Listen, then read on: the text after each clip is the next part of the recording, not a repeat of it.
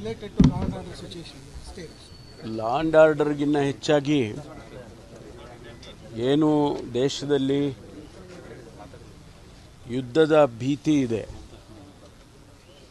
ಮತ್ತು ಏನು ಗಡಿ ಪ್ರದೇಶದಲ್ಲಿ ಆಗ್ತಾ ಇರತಕ್ಕಂಥ ಚಟುವಟಿಕೆಗಳು, ವಿಶೇಷವಾಗಿ ಟೆರರಿಸ್ಟ್ ಆರ್ಗನೈಸೇಷನ್ಸ್ ಏನು ಅಲ್ಲಿ ಆಪರೇಟ್ ಮಾಡ್ತಾಯಿದ್ರು, ಅದರ ವಿರುದ್ಧ ಭಾರತ ಸರ್ಕಾರ, ನಮ್ಮ ಇಂಡಿಯನ್ ಆರ್ಮಿ ಕ್ರಮ ತಗೊಂಡಿದ್ದಾರೆ. ಮತ್ತು ಮುಂದೆ ಏನಾದರೂ ಕೂಡ ಇದು ಎಸ್ಕಲೇಟ್ ಆದರೆ, ಹೆಚ್ಚಾದರೆ ಯುದ್ಧದ ಪರಿಸ್ಥಿತಿ ಬರಬಹುದು ಅಂಥೇಳಿ ಈಗಾಗಲೇ ಕೇಂದ್ರ ಸರ್ಕಾರ ಪ್ರತಿಯೊಂದು ರಾಜ್ಯ ಸರ್ಕಾರಕ್ಕೂ ಕೂಡ ಒಂದಿಷ್ಟು ಸೂಚನೆಗಳನ್ನು, ಅಡ್ವೈಸರಿಗಳನ್ನು ಕೊಟ್ಟಿದ್ದಾರೆ. ಅದರ ಹಿನ್ನೆಲೆಯಲ್ಲಿ ಈಗಾಗಲೇ ನಾವು ಕ್ರಮಗಳನ್ನು ಜರುಗಿಸಿದ್ದೇವೆ. ಎಲ್ಲೆಲ್ಲಿ ಸೂಕ್ಷ್ಮ ಪ್ರದೇಶಗಳಿದ್ದಾವೆ ಅಲ್ಲೆಲ್ಲ ಹೆಚ್ಚು ಸೆಕ್ಯುರಿಟಿಗಳನ್ನು ಹಾಕೋದರ ಮೂಲಕ ಅವುಗಳ ರಕ್ಷಣೆ ಮಾಡ್ತಕ್ಕಂಥದ್ದು, ಮತ್ತು ಬೇರೆ ಏನಾದರೂ ಚಟುವಟಿಕೆಗಳು ನಡೆಯೋದಾದರೆ ಅದು ಎಲ್ಲಿ, ಯಾವ ಪ್ರದೇಶದಲ್ಲಿ ನಡೆಯುತ್ತೆ ಅಥವಾ ಯಾವ ಊರಲ್ಲಿ ನಡೆಯುತ್ತೆ ಅಂತ ನಮಗೆ ಗೊತ್ತಾಗೋದಿಲ್ಲ. ಹಾಗಾಗಿ ಎಲ್ಲ ಇಡೀ ರಾಜ್ಯದಲ್ಲಿ ಪ್ರತಿಯೊಂದು ಪಟ್ಟಣದಲ್ಲೂ ಕೂಡ ಸೆನ್ಸಿಟೈಸ್ ಮಾಡಿ ಆಯಾಯ ಪೊಲೀಸ್ ಇಲಾಖೆ ಅಧಿಕಾರಿಗಳಿಗೆ ಸೂಚನೆಗಳನ್ನು ಈಗಾಗಲೇ ನಾವು ಕೊಟ್ಟಿದ್ದೇವೆ. ಮಾನ್ಯ ಮುಖ್ಯಮಂತ್ರಿಗಳು ಇವತ್ತು 4 ಗಂಟೆಗೆ ಸಭೆಯನ್ನು ಕರೆದಿದ್ದಾರೆ.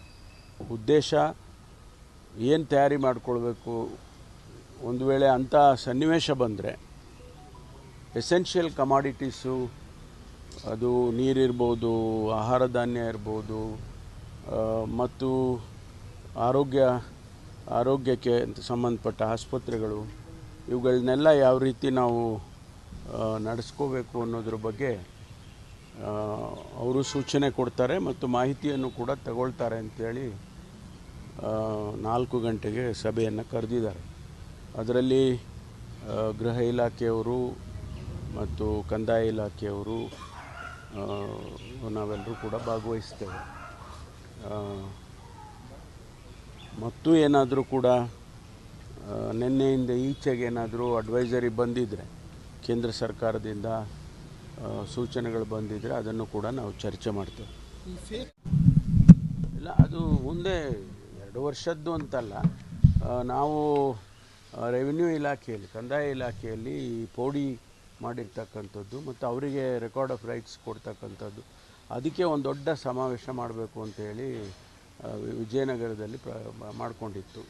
ಅದನ್ನು ಮುಂದಕ್ಕೆ ಹಾಕಿದ್ದೇವೆ.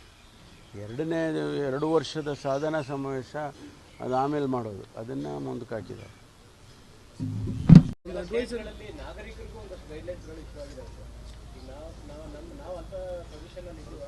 ಅಲ್ಲ, ನಾವು ಬೆಂಗಳೂರು ಇದೆಯೋ ಇಲ್ವೋ ಗೊತ್ತಿಲ್ಲ, ಆದರೆ ತಯಾರಿ ಅಂತೂ ಮಾಡಿಕೊಳ್ಬೇಕಲ್ಲ. ಈಗ ನಮಗೆ ದಿನನಿತ್ಯದ ವಸ್ತುಗಳು ಬೇಕು, ಎಸೆನ್ಷಿಯಲ್ ಕಮಾಡಿಟೀಸು, ಹಾಲಿರ್ಬೋದು, ನೀರಿರ್ಬೋದು, ತರಕಾರಿ ಇರ್ಬೋದು, ಆಹಾರ ಧಾನ್ಯ ಇರ್ಬೋದು, ಆಸ್ಪತ್ರೆಗಳನ್ನು ತಯಾರಿ ಮಾಡಿ ಇಟ್ಕೊಳ್ಳೋದಿರ್ಬೋದು. ಒಂದು ವೇಳೆ ಏನಾದರೂ ಅಂಥ ಘಟನೆಗಳು ನಡೆದರೆ ನಾವು ಕೂಡ ತಯಾರಾಗಿರಬೇಕು ಅಂತಕ್ಕಂಥದ್ದು, ಅಷ್ಟೇ ಬಿಟ್ಟರೆ ಬೇರೆ ಏನಿಲ್ಲ.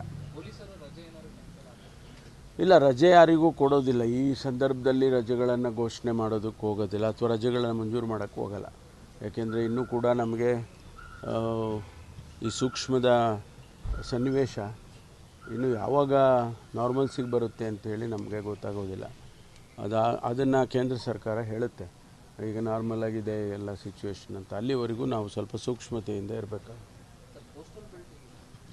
ಎಲ್ಲ ಕಡೆ ಕೋಸ್ಟಲ್ ಬೆಲ್ಟಲ್ಲಿ ಇನ್ನೂ ಹೆಚ್ಚು ಪರಿಣಾಮಕಾರಿಯಾಗಿ ನಾವು ಕೆಲಸ ಮಾಡಬೇಕಾಗುತ್ತೆ. ಯಾಕೆಂದರೆ ಅಲ್ಲಿ ಅದು ಸ್ವಲ್ಪ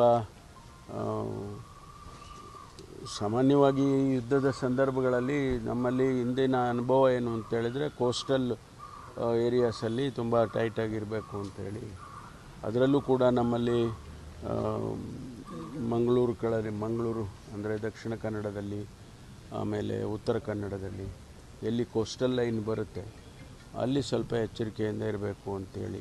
ಈಗಾಗಲೇ ನಾವು ನಮ್ಮ ಕೋಸ್ಟಲ್ 2-3 ಲೇಯರ್ ಇದೆ ಕೋಸ್ಟಲ್ನಲ್ಲಿ. ಒಂದು ನಮ್ಮ ಕೋಸ್ಟಲ್ ಸೆಕ್ಯೂರಿಟಿ ಫೋರ್ಸ್ ಇರ್ತಕ್ಕಂಥದ್ದು ಪೊಲೀಸ್ ಇಲಾಖೆ, ಅವ್ರ ಹತ್ರನೂ ಬೋಟ್ಗಳಿದ್ದಾವೆ, ಅವರು ಕೂಡ ಸ್ಪೆಷಲಿ ಟ್ರೈನ್ಡ್ ಪರ್ಸನಲ್ ಇದ್ದಾರೆ. ಆಮೇಲೆ ಎರಡನೇದು ನೇವಿನವರು, ಅವರು ಕೂಡ ನಮ್ಮ ನೀರಿನಲ್ಲಿ ಅಂದರೆ ವಿದಿನ್ ದಿ ಇಂಟರ್ನ್ಯಾಷನಲ್ ಬಾರ್ಡರ್ ಅವ್ರದ್ದು ಒಂದು ಫೋರ್ಸ್ ಇರುತ್ತೆ. ಆಮೇಲೆ ಇಂಟರ್ನ್ಯಾಷನಲ್ ಬಾರ್ಡರ್ಗೆ ಬೇರೆ ರೀತಿಯಲ್ಲೇ ಅವರು ಫೋರ್ಸ್ ಇಟ್ಕೊಂಡಿರ್ತಾರೆ. ಅದೆಲ್ಲವೂ ಈಗಾಗಲೇ ಪ್ರಾರಂಭ ಆಗಿದೆ.